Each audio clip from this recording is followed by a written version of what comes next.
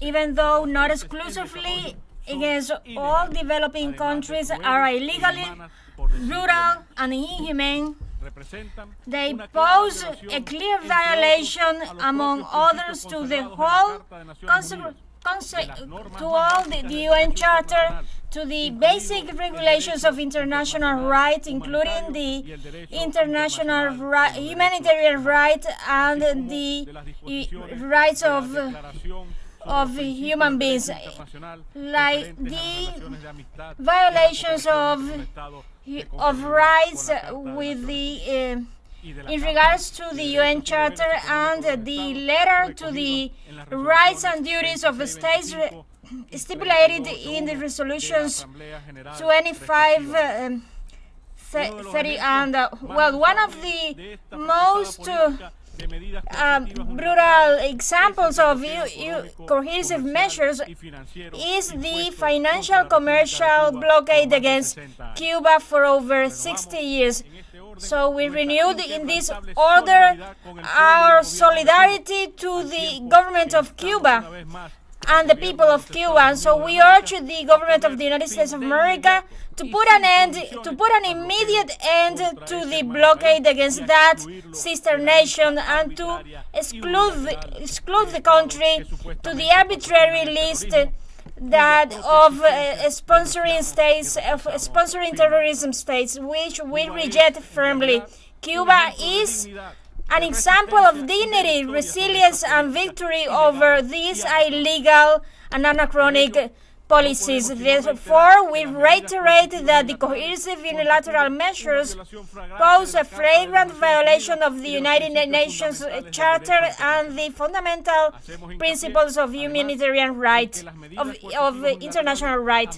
And so these coercive measures threaten the judicial order as it hampers the international cooperation, investment, and to undermine the right and freedom of states to participate in economic cooperation and elect the forms of organization of their economic external relations. These illegal measures undermine the sovereign right of states to elect its economic system without coercion or menace of any kind. Mr. President, currently over 30 nations worldwide, among them some of our organizations, are subjected to coercive unilateral measures that affect over 1/3 of humanity, particularly those most vulnerable. It is about a reality that creating a systemic crisis in the whole international system of relations, and so it bolsters the uncertainty, instability, mistrust, and tensions in the world. In a time in which we face great challenges and profound complexities in geopolitical terms. Therefore, they pose a global problem that requires a global solution, and thus the importance of this inclusive debate or representation of humanity. In this context, we must highlight the fact that currently we are witnessing a new generation of these illegal measures, much more gruesome and destructive measures as ever before, which are substantiated on grief and generates destabilizing aftermath. This kind of measure that intends to exploit subdued sovereign nations represent the major obstacle for the development of nations subjected to these sanctions, even for the implementation of the G20 agenda and all the objectives of its objectives. We are just witnessing the escalation of unilateralism and the practice of intimidation, in particular of those tariffs, a reality that adds to the hardships of the promulgation and exposition to unilateral measures, a reality that, as we all know, has been impacting on international relations. However, it is important to note that the tariffs pursued different goals related to commerce because they just they are aimed at similar aims of those unilateral measures embraced by the United States government to coerce and undermine the developing countries to advance in their selfish neocolonial and strategic interests. Mr. President, the coercive unilateral measures, we could say that they just trigger negative repercussions in the humanitarian terms, menacing the life and welfare of peoples. Taking into account that those illegal sanctions are just hampering the access to health system, to acquire medicines, supplies, equipment, as well as the development and purchase of vaccines. They also generate hardships to those medicines to save lives and creating greatest obstacles for preventing diseases, including the rare diseases and those non-transmittable diseases. The cohesive measures hampered international cooperation and limit the capacity of those affected states to acquire investments and foreign technologies, as well as the services necessary to address all actions to combat climate change. And so this hamper also the sponsorship of projects, and the cohesive measures so have an impact on the international civil aviation, affecting the security and protection, including those of passengers. Concurrently, they undermine the efforts of the aviation community on their path to advance and create a just system, and also the efforts to reduce greenhouse effects.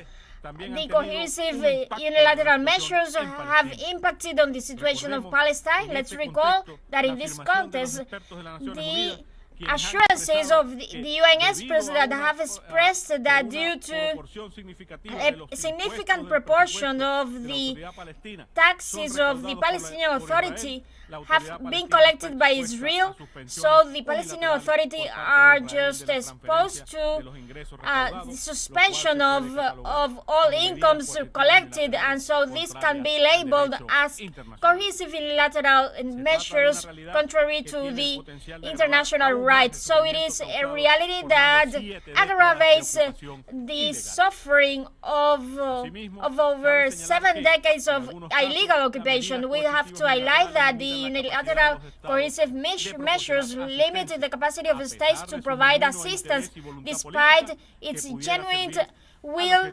that could serve to alleviate the persistent suffering of the Palestinian people. Mr. President, the measures consolidated on this multipolar world, the unilateral measures are just an unloyal competition, and so the sovereign properties of states have been blocked arbitrarily and even confiscated. As a result, any country that depends somehow to the markets, technologies, and the financial assistance of the West, and besides, it could have reserves on the Western banks, it is prone to face a total loss of their assets.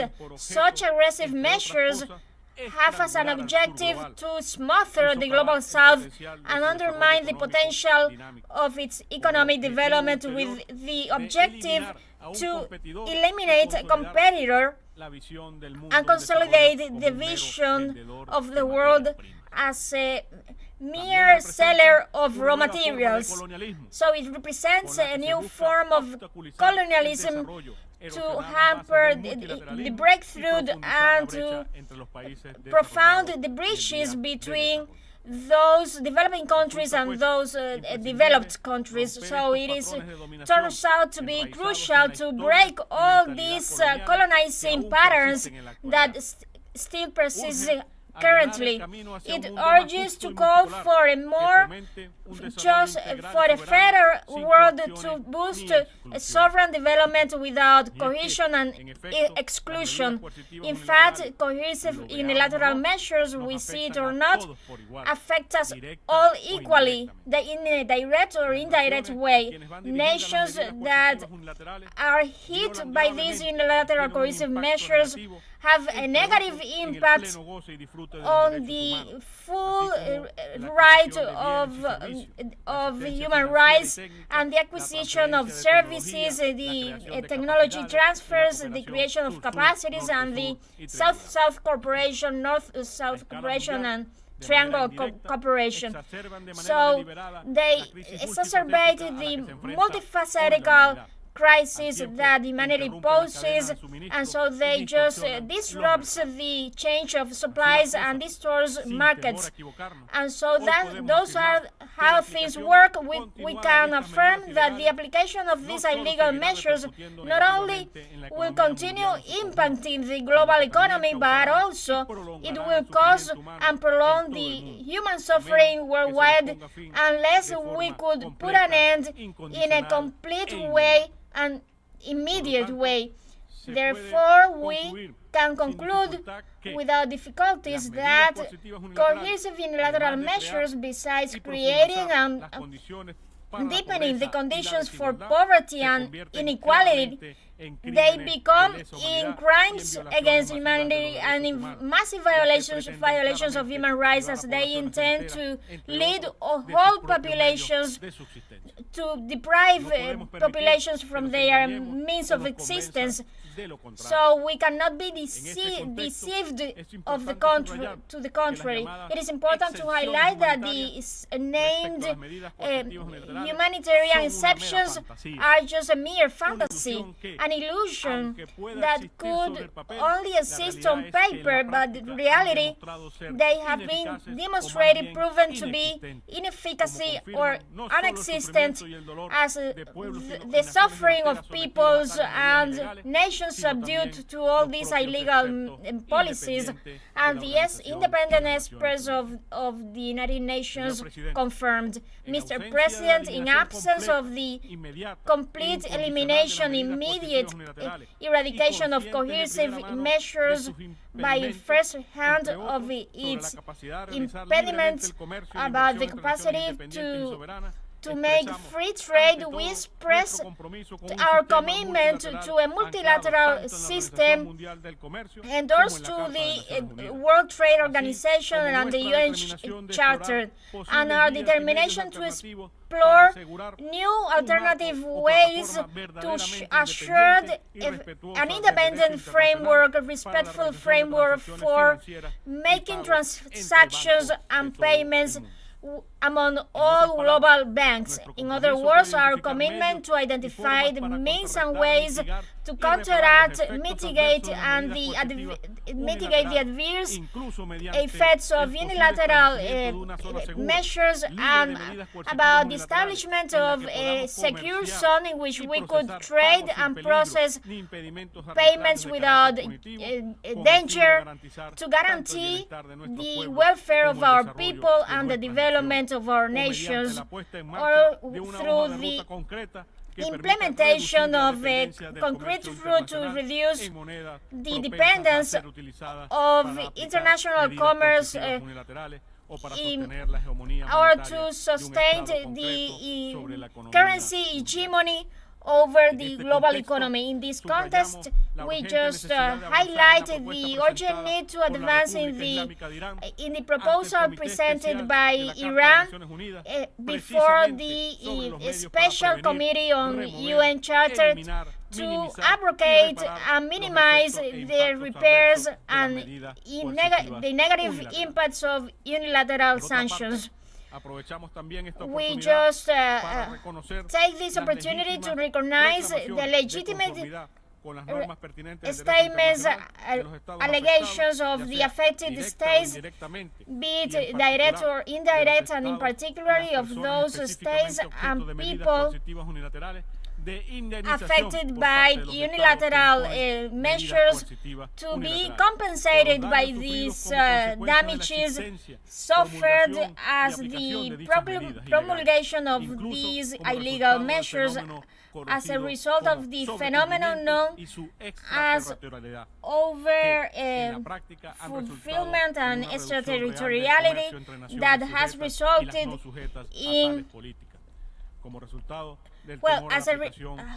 as a result of being afraid of those secondary sanctions, we just insist on the moral and completely contradictory that results in some governments intend to be defenders or promoters of human rights when at the same time, with their deliberate policies, systematic policies, by the illegal promulgation of coercive measures, they just commit violations, massive violations of rights and even crimes against humanity. This turns out to be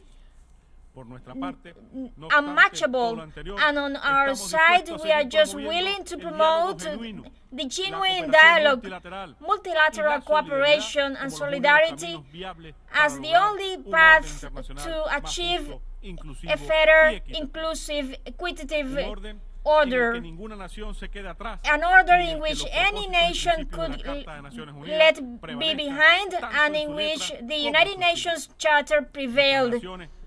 Our nations are just ready and will to do their parts and contribute to overcome all common challenges ahead, because we've got the responsibility to build up together a better world and make real this new world of peace and development for all peoples. This new world is possible as long as we could eliminate any hardship for this.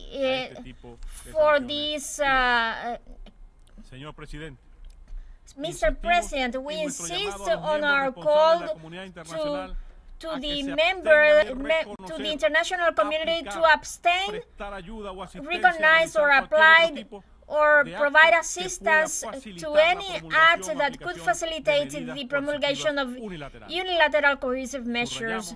We just underscored in that order that the responsible states to impose unilateral measures, in particular our member states, must cease these illegal measures. They must provide guarantees of not repeating and the compensation for all damages and suffering to the affected states and their populations as a result of such crimes, such illicit crimes. We must renew our firm support and solidarity to all affected nations for this cruel and inhumane scourge, especially with Cuba, Iran, Nicaragua, Eritrea, Zimbabwe, that are part of our group.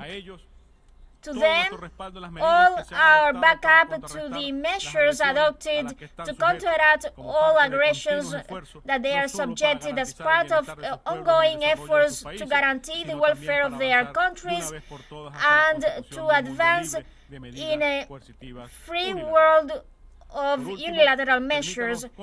And so let us conclude to refer to the resolution project 79 over that this National Assembly, General Assembly will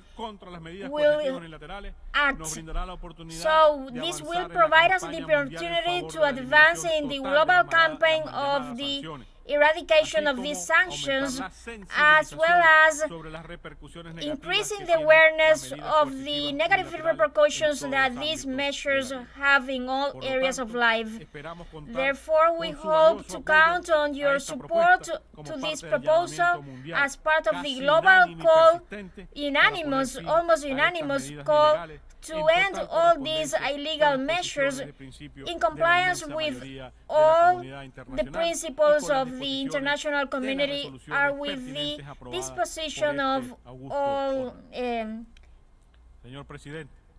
Mr. President, allow me to refer to some considerations. On March 9, 10 years were fulfilled from this aggressive campaign against Venezuela that, under the modality that the United States government named as maximum pressure, but it was well, it is about a new way of colonialism that, through the economic smothering, searches for this nation subdued to the orders of Washington and its allies. So they disregard our history and the warrior blood of the Venezuelan people, inheritors of the liberator Simón Bolívar. So there are over 1,000 sanctions imposed by the U.S. government that have been applying against our people, generating not only pain and suffering of over 30 million Venezuelans, but also economic losses that overcome $642 billion, and it is even a bigger figure. And so they have been trying to smother Venezuela from all areas. And so the ridiculous attempt of imposing a fictitious government and in the socio-economic area, they have tried to destroy all our capacities, and the target has been always the same: to advance in a change of regime which has been failed and will continue to fail. Today, despite all aggressions and attempts of military invasions and attacks at sieges and the judicial warfare and the attempts on the assassination of personalities and the violence of unilateral measures, Venezuela is one of the countries with more political and social stability of our hemisphere. Our economy has been ramping up in the latest years under the leadership of our President Nicolás Maduro Moros, that the outlets never accept. The alternative capacity of economic development, political development, and cultural development of our people will be boosted, and for each sanction that intend to freeze all transactions, Venezuela will unleash a wave of new opportunities. With our own efforts, our people have resisted and overcome the attempts who tried to kill us by famine or disease, even in the latest times of pandemic, in which the U.S. government and Europe tried to block the access to medicines, vaccines for protecting our people. We have managed to sort out all challenges coming from the plundering and stealing of our assets, including tons of gold in the England Bank and even capital refineries from our country. We could show the world growing figures much beyond our regional nations.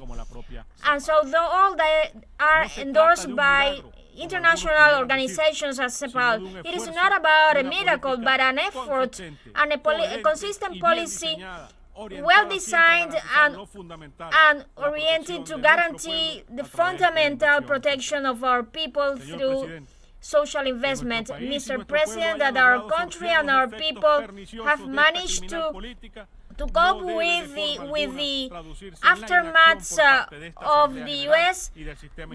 should not be translated into the committed crimes for decades must stop and be duly judged. So it is time to break the current impunity cycle that only perpetuates these aggressions that violate the humanitarian right. Our people demand justice.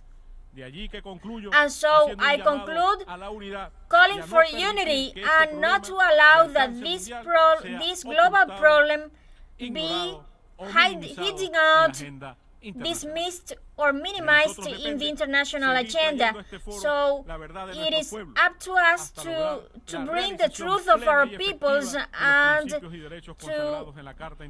make the full UN Charter be complied and to achieve a world free of unilateral measures in which the right to peace be a reality for all without any exclusion. Thank you very much, Mr. President.